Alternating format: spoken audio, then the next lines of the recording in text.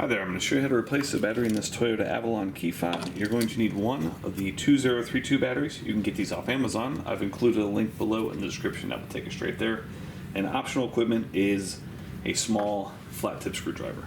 First thing you want to do is remove this mechanical key, and you do that by sliding this latch over and pulling the key out.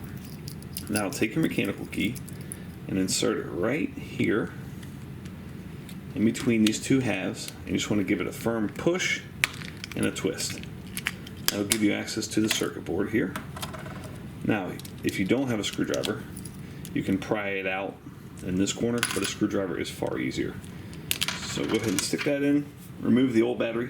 New battery goes in positive side facing upward. Squeeze these two back together, and then you can give it a test. There, make sure you got your red light going. Put your key back in, and you're all set. Hope that was helpful. Make sure you hit that thumbs up button.